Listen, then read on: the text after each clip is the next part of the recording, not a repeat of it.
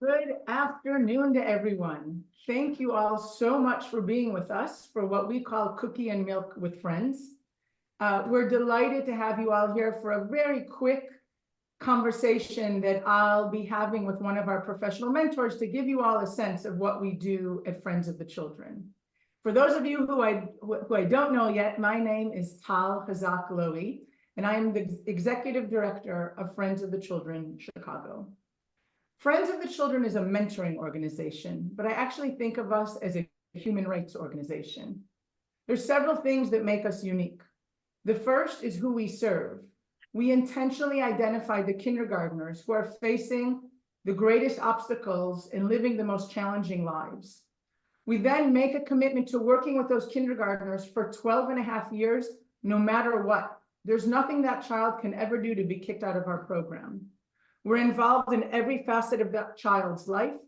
We're very intentional in what we do with the children. We're part of a national network that has proven results, and we work with professional mentors. We take mentoring out of the volunteer realm, and we hire people as their full-time job to be a professional mentor. They have extensive training and expertise. Providing a child with a positive, consistent relationship is the number one stabilizing force that we can give a child. And that's what we do at Friends of the Children by pairing them with a professional mentor. It is my delight and honor to introduce you all to one of our fabulous professional mentors, David Calloway. So, hi, David. Hi, hey everybody. Hi, David. Thank you very much for spending this half hour with us and to tell us a little bit about you and your stories. So I'm wondering if you can tell us a little bit about you, who you are, and why you choose to be a professional mentor. So my name is David, as she said, and I'm 24 years old. I'm a graduate from Bradley University with a degree in psychology, and I'm born and raised in Chicago as well. And for a while, I want to be a mentor. Just being from the west side of Chicago, I've seen what can happen if you don't have a positive light or someone to help lead you in the right direction from my friends. And I've seen people go down the wrong path. So I just kind of want to be that positive light in my kids' life and, be there for them and try to help be a change in their life. Well, we are so grateful to have you part of our team, and I'm very excited that you all are going to get to witness what a rock star David is. David works with a roster of 8 boys. He spends 3 to 4 hours a week with each child, involved in every facet of their lives. We're going to talk today mostly about a boy that we're going to call Desante.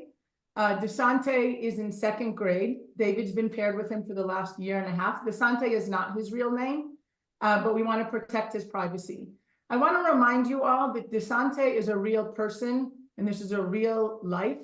And we're going to be sharing with you all some personal information about Desante and his family. And we ask you all that you hold that information with dignity and respect for the family. We're sharing it with you so that you can understand how hard the lives are of the children and families in our program and what Friends of the Children does. So David, I wonder if you can start by just telling us a little bit about Desante. What is he like? What does he like to do? So Desante is he's very outgoing. He's very confident, and he's gonna let you know exactly what he feels and what he believes. And I love that about him. And he loves playing sports. He loves eating. We always go out to try new restaurants. And he's just overall a great kid. Fantastic, thank you. So as I shared, all children, let me just backtrack. Families cannot sign up to enroll their child in our program. Instead, we do outreach to identify the children and families that are living the hardest lives. We meet our families through partnership with the foster care system, with the school system, with the gun violence intervention programs, and other social service organizations. And Desante is no exception. So Desante's home life is pretty challenging. I'm wondering if you can tell us about some of the obstacles and challenges he faces. Yeah, he definitely goes through a lot on a day-to-day. And he recently he was in foster care and he's recently back with his mom at home. but it's still a very difficult situation being with his four siblings, and his uncle lives in the house with them, and his mom and their boyfriend. So he's constantly under a lot of pressure, just a lot of chaos. And I mean, also just recently, his dad ended up being in the hospital due to a gunshot wound. So that's something that he's been dealing with a lot that we've been talking through. But yeah, he definitely has, it's a lot going on, especially for a 7-year-old boy. Right. And so you shared that he recently told you that he saw his dad get shot. Yes, he And he did. also recently came out of the house very upset because he got in trouble with his older siblings. Mhm. Can you share a little bit about that story, what he shared with you and how you handled the situation? Well, initially, I noticed that, like I said, he's very outgoing and very upbeat. So I noticed that he was kind of down one day. And I asked him what's wrong because we normally talk about feelings and he's very open. Like, I feel like that's just our relationship. We aren't afraid to tell each other anything because he always knows that I'm going to be there to support him. So he let me know that he was watching from his bedroom window, and he just heard a loud bang, and he saw his dad on the floor, and he was just pretty much telling me how traumatic that was for him, and how like just confused he was about everything, and just wondering if his dad was going to be okay and what's going on with him. So and this was during our reading program. So we took a walk just like we normally do, and we talked about all of his different feelings towards it. And I pretty much just let him know that I'm always there for him, and I always want to validate his feelings, and let him know that this isn't like, it's okay to be upset or sad about this, because that's not a normal thing that you're going through. Like, that's a very stressful and hard thing to deal with. So my main thing for him, and like I was saying earlier, just because his house is so chaotic, I feel like he doesn't feel like he has a voice all the time. So I just try to be the person that he could talk to and just vent to, and let all of his feelings out, and get everything off of his chest. Thank you for sharing that. Desante, our program is not therapy, but the work that our professional mentors do with the children is therapeutic. And David has a program manager and program director who he can consult with to really get help and guidance about how to best support the children that he's working with, and validating a child's feelings, letting them process their feelings, helping them know that what they're experiencing is really hard and challenging is part of that training that David gets, so he can be there to support Desante and the other boys. We also have a partnership with a mental health organization that if a child really needs therapy, that we can get them into therapy. The first things that our professional mentors pay attention to when they're with a child is their overall well-being. Are they in physical pain? Are they hungry? Are they upset? If they're any of those things, or angry or off in any ways, if they're any of those things, that is the first thing they're going to tend to.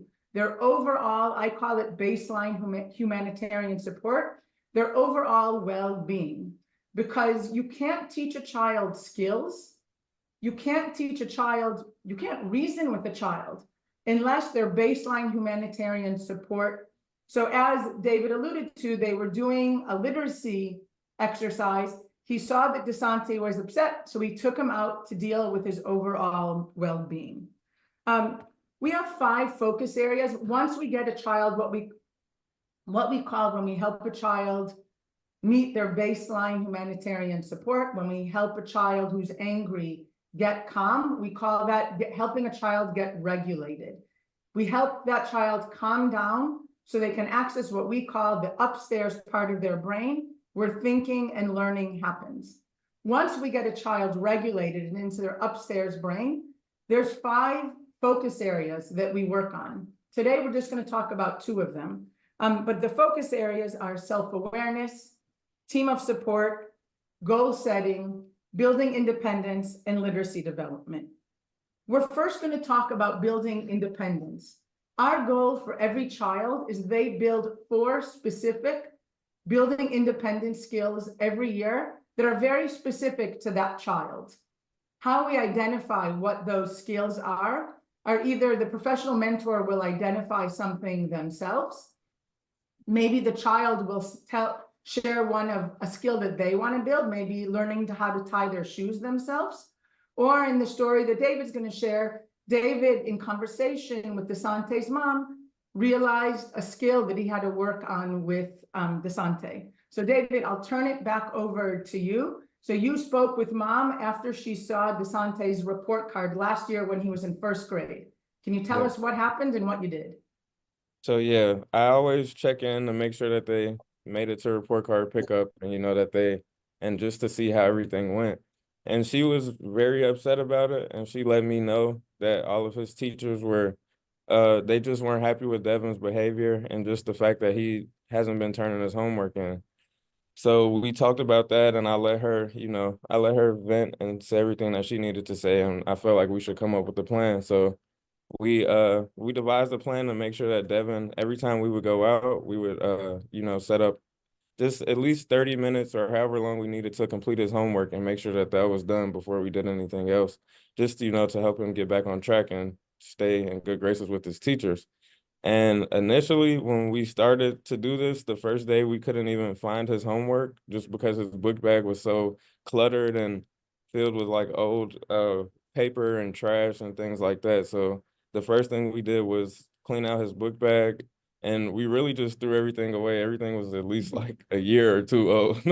And then we got him a folder and we set up a section for his homework side so he could keep that organized. And we set up a section for his arts and crafts and things because he had a few little artwork pieces that he didn't want to let go.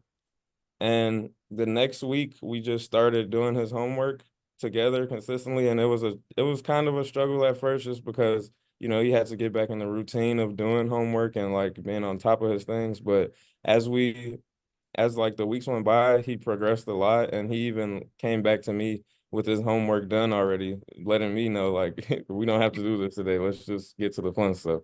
So that was pretty exciting to see. But yeah.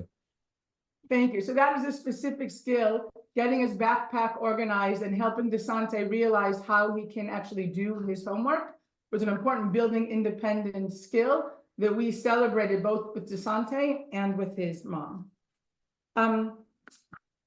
Another one of the focus areas that we work on is literacy development.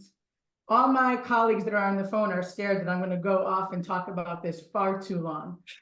Reading is such an important skill that all of our kids need. Our schools are failing to teach our kids how to read. And in a follow-up email that I'm going to send you all, I'm going to share with you a 7-minute video that I have on the topic so that we can actually let David talk about the literacy development work that he's done with DeSante.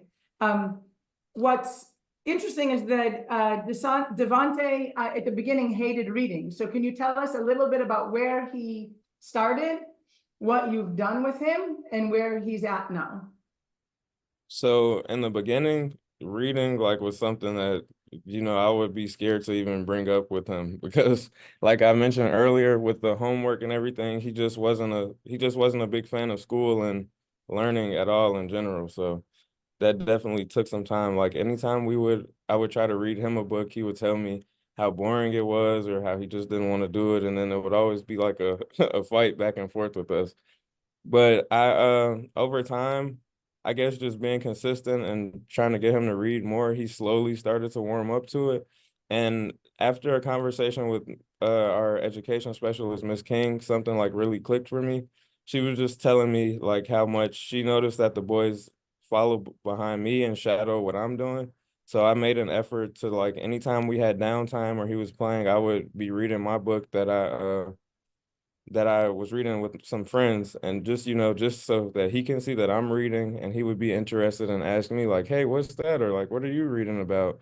And I feel like that kind of helped him like slowly realize like reading isn't just, it's not just all school or it's not just something that's boring. Like it's something that you can do for fun or to actually entertain yourself.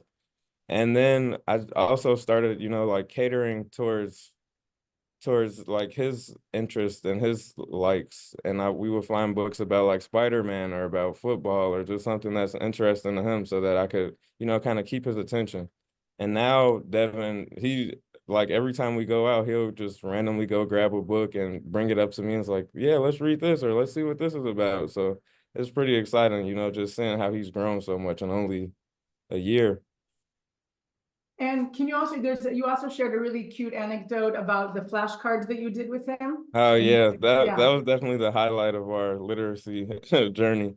I have these sight word flashcards, and it's like three-letter words, the consonant, vowel, consonant words. And it was just really cool seeing him, like, we're going through the word like it's cat. We would go through each sound and like k, at, t, and then like I'm sitting there watching him process it in his brain, and then like it'll finally click, like, oh, that's cat. And I'm like, wow, I'm actually like sitting here watching him learn how to read. Like that was a crazy moment. Like that just, yeah, that was honestly amazing to see. amazing. Thank you for sharing that. There's a few things that make our work in literacy unique. So again, first things first, we make sure that kids are in a brain state that they're ready to learn. We don't try to teach an angry child how to learn because biologically their brain isn't ready to do that. Once we make sure that they're calm and regulated, that's when our professional mentors will work on a reading activity. And then we really try to build a culture of literacy. So we have books all over the clubhouse. We try to encourage kids to take home, to keep books every time they come to our office, which we call the clubhouse. And as David shared, he's always reading a book and has it out so the kids see that he reads also, and reading isn't only something that you do in school. And he's really working to make sure that Devante finds books that truly interest him, so that we're not forcing him to read things that don't interest him. I am wondering, David, like for all the people that are on the call today, like how do you feel that having a professional mentor in their life is making a difference in the boys that you serve lives?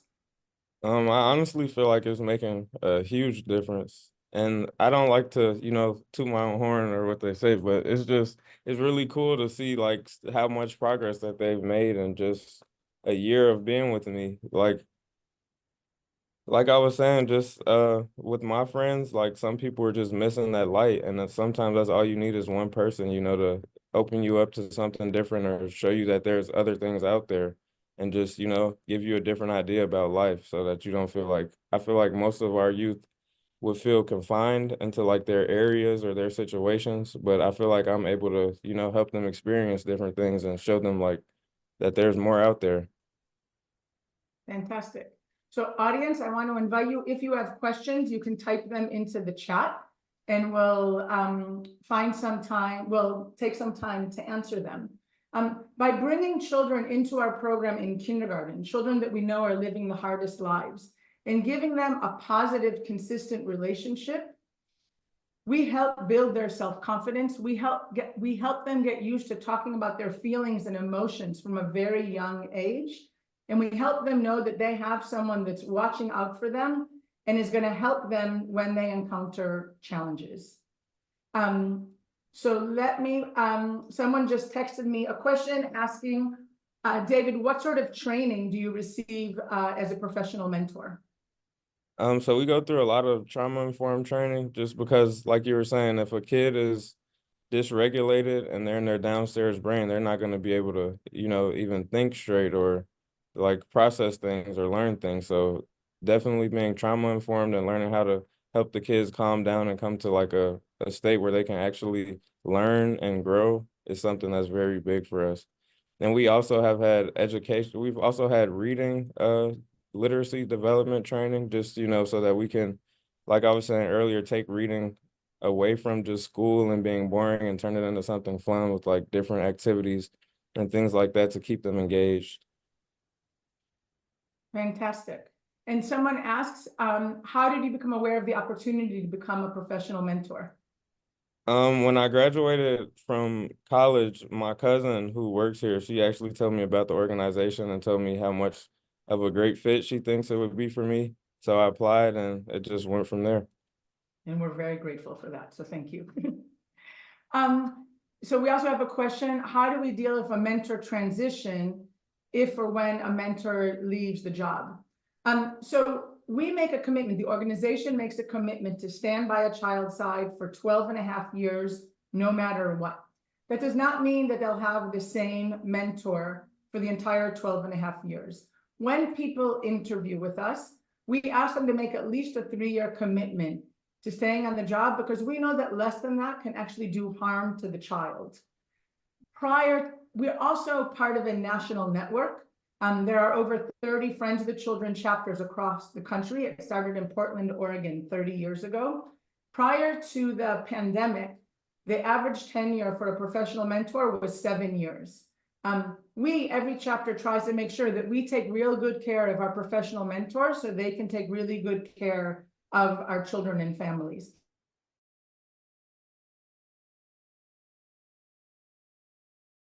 Because our professional mentors have to be out in the field to see their children. However, to get back to your question, when a mentor leaves, we ask people, I know this job is very hard. They deal with a lot of vicarious trauma. We try to take really good care of them. We try to make sure that if we see that a professional mentor is stressed out, that their program manager will encourage them to take a few days off, because self-care, making sure that the mentor themselves is taking care of themselves, is a vital, vital part of this job. And I tell our professional mentors, if you want another job, if this job isn't for you, no problem. I personally will help them find another job, but this is not the type of job that you can just give 2 weeks notice in, because for our children, this is a relationship. They don't think of this as a job. I would say that most of the people that leave give us enough lead time that we can transition somebody else to bring in a new mentor. But if not, our program managers fill in if a mentor leaves. And that's why you'll see everyone that works with us, we often wear what we call our Friends of the Children blue. David's wearing a Friends of the Children sweatshirt also. And our kids come to know everybody that works with the organization, and they identify and build relationships sort of with the safety blue people. And that's how we deal with the transition. Joe asked a great question curious about the relationship with the child's school. Can you describe your interactions with the teacher? I will tell you that in the way our program model nationally is supposed to work, 2 hours a week of a professional mentor's time is supposed to be in the classroom. Chicago Public Schools, for a number of reasons that has nothing to do with Friends of the Children, will not let us into the classroom because our professional mentors also transport kids. But we still create contact with the schools. And in fact, David, you have a really great relationship with many of the schools where your kids are. I'm wondering if you can talk a little bit about how you connect with schools and teachers and how you advocate for your kids in schools. So one specifically that I feel like was a super good example is my kid. His name is Paxton, I think is his code name. But I started going to his school last year when we were still allowed in the schools, and I just introduced myself to the principal, and I kept contact with her. And I was also in constant contact with the teacher, and I would always talk to him in class and let him ask, just pretty much letting them know that I'm there for what they need. And I was there working closely with Paxton, and he had behavioral issues before. And the principal from the school, she came to Friends Fest to let Taal know that his behavior had changed so much and that she was just very appreciative of the work. So I just feel like, just being there and being present for the kids goes a long way with them, and the teachers and everyone sees that as well. What happens is that Chicago is a very segregated city, segregated people living in poverty are grouped together. Chicago still has a long way to go to improving. And the teachers that work in the schools where our kids go are often very burned out. They have many, many kids in their classrooms that are living really challenging lives. And as a result of that, and because they're not receiving support, they're often acting out in the classroom. And so one of the beautiful things that our professional mentors can do for our kids is to help humanize our kids, the children that are in our program, to the teachers, to the principals, to the social workers, so that they don't look at the child only as a behavior issue, but understand that this is a child that just needs support so that they can thrive. And that's what this one principal that came to the fundraiser that we had last year came, so that she can tell me what a difference that David made, not only in the life of this child, but how the school, the teachers, the administration viewed the whole family. So thank you for that. David, someone asked, how do you take care of yourself so that you can keep showing up week after week for your children? Kind of like Taal mentioned earlier, like mental health days are definitely a big thing. You know, if you're not feeling it for the day and you don't feel like you have the right energy and the right, just the right energy pretty much to be out with the kids and give them a meaningful experience, I would say just take some time for yourself. And also just having a good relationship with my manager. Like I feel like I can talk to him about anything or any situations that I'm having, even like personal things. So I feel like that goes a long way and definitely helps me stay sane. And really, our program managers speak with all of our professional mentors to make sure that they have avenues, people in ways that they can support themselves so that they can show up for the kids. Mary asked a wonderful question. In addition to donating to Friends of the Children, how can people help? How can community members support the youth? We have volunteer opportunities, which we'll send you a follow-up email later today, and we'll let you know about our upcoming volunteer opportunity. You can sign up for our email list. Most people in Chicago haven't heard of Friends of the Children. So if you can spread the word and let other people know about Friends of the Children in Chicago, and we're always looking for books, donation of books, especially books that have children and characters of color so that our kids can see characters that look like them. Yaya Miller, you're moving to Chicago. Fantastic. Feel free to reach out to us. We'll be hiring for new professional mentors in just a few weeks. So watch our website and Indeed, or feel free to respond to the email that I send out later today. So I asked you all to give us half an hour of your day today. You have done that. I want to thank you all very, very much for your time, for learning a bit more about Friends of the Children. And I want to wish you all a wonderful day. And on behalf of all of us, thank you, David, for the incredible work that you do. Yep, thank you guys. Bye, everyone.